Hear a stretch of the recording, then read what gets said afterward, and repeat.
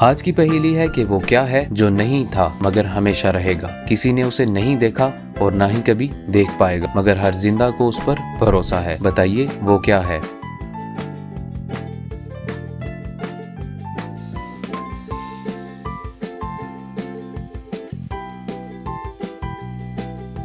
इस सवाल का सही जवाब है कल। जी हाँ, आने वाले कल को ना ही कभी किसी ने देखा है और ना ही कभी देख पाएगा, मगर हर एक को उस पर भरोसा है।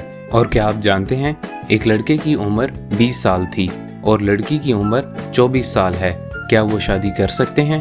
अगर आप जवाब जानते हैं तो कमेंट सेक्शन में टाइप करें।